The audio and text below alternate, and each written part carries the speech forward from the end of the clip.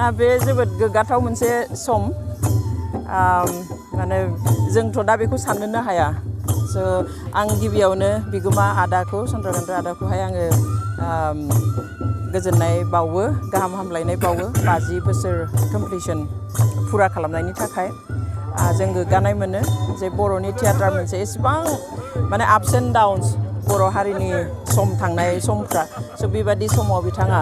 बेबादि थियाटार मोनसेखौहाय 50 बोसोर फोथांनानै लाखिनाया बे गोरलै खोथा नङा आरो जों आसा खालामो बे 50जों लोगोसे आरो 50 बोसोर ज' नांबावगोन आदानि जिथु स्पिरिट बे स्पिरिटआ जेब्लाबो मोजाङै थाथों आरो बयनिफ्रायबो अननायखौ मोनबाय थाथों अनसायनायखौ मोनबाय थाथों आफा इसोरा बिथांखौ जेब्लाबो बोर होथों आं बेखौनो दिनैनि बे गोथार सानाव बिथाङाथ' बिथांनिफ्राय खावलायदों दा बेहाथ' आंहा बुंनांगौ जेबो गैया बिथाङा खावलायदों बिथांमोनहा फैनांगौ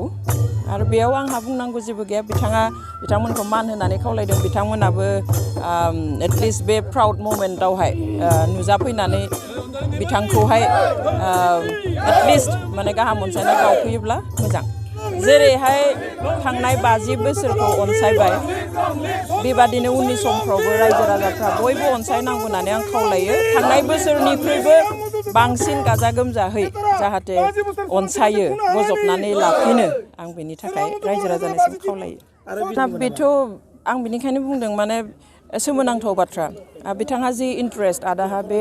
इन्ट्रेस्टखौ लानानै मालाबा बिथाङा फेमिलिनि गोबां खामानिफोरखौ सेक्रिफाइस खालामदों गावनि न'नि हा हु फोथांना लाखिनो थाखाय हा हु फाननानैब्लाबो बिथाङा आवगायदों स' बिथाङा बर' हारिमुखौ लाखिनो थाखाय गाव पार्सनेलि आरो बिथांनि न'खरनि बयबो जाबायदि सेक्रिफाइस खालामदों बेखौ गासिबो खालामनो हाया बेवहाय जों बयबो सिक्रिटि होनांगौ बिथांखौ रिकगनिसन होनांगौ आरो बिथाङा बुंदों जे गोबां साख्रि मोन्दोंमोन बे साख्रिफ्रावबो बिथाङा थाङाखसै थाङैनि मोनसेल' जाहोन जाबाय जे सोरां मन्जु थियाटारखौ फोथांनानै लाखिनो नांगौ बेवहाय बेबादि सुबुङा दिनै जोंनि गेजेराव दङ बिथाङा 50 बोसोर फुरा जानायखौ जोंखौबो रंजानो थाखाय बाहागो लानो थाखाय बेयाव लिंहरदों बिनि थाखाय आं बिथांखौ साबायखर बावो गोरबोनिफ्राय आरो उनाव बांसिनै आदाया आरो गोख्रोङै सोरां मन्जु थियाटारखौ आरो बांसिनै जौगाहोनो हागोन होननानै आसा खालामो नोंथाङा सानो नामा जिहेतु बिथाङा 50 बोसोर बर' हारिमुखौ फोथांनानै लाखिबाय बिनि माबा मोनसे बिमुं होनांगौ होननानै बर' जाथियाव सानो नामा सानजायो बेफोरखौहाय गोबां जोंहा माबाफोर दङ संगठनफोर दङ अनुस्थानफोर दङ बेबादि साननानै आवगायजायो उनावहाय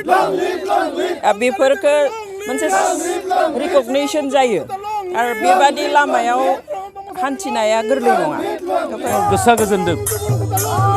दा अनजालि दैमारि फैनायाव आंहा गोसोआ गोजोनदों बेबायदि बयबो आं लिंहरनाय मन्त्रि एमएलए फैनाय आं नुजाफैयोब्ला आंनि गोसोआ हाजासे गोजोनगोन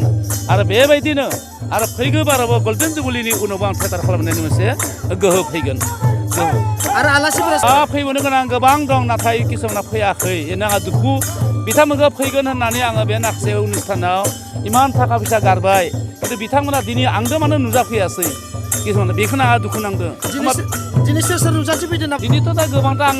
दा गोसोआवनो गैलियाना खोथानांगोन फैदों फैयाखैना फैदों लोमस्राव फैदों हनै देबेन फैदों इएम दे आरो जोंहा माबा फैदों मुनसिं फैदों हनै माबा अनसुमै फैदों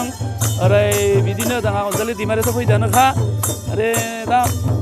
खर' फैलायालै आंहा बेसे खर' माबा खालामोबा फैदों जथेस्थ' मानसि आंखौ साबायखर होफैदों दिनै हाबाफारिया गाजा गोमजा जादों जादों आं गोसोआ गोजोनदों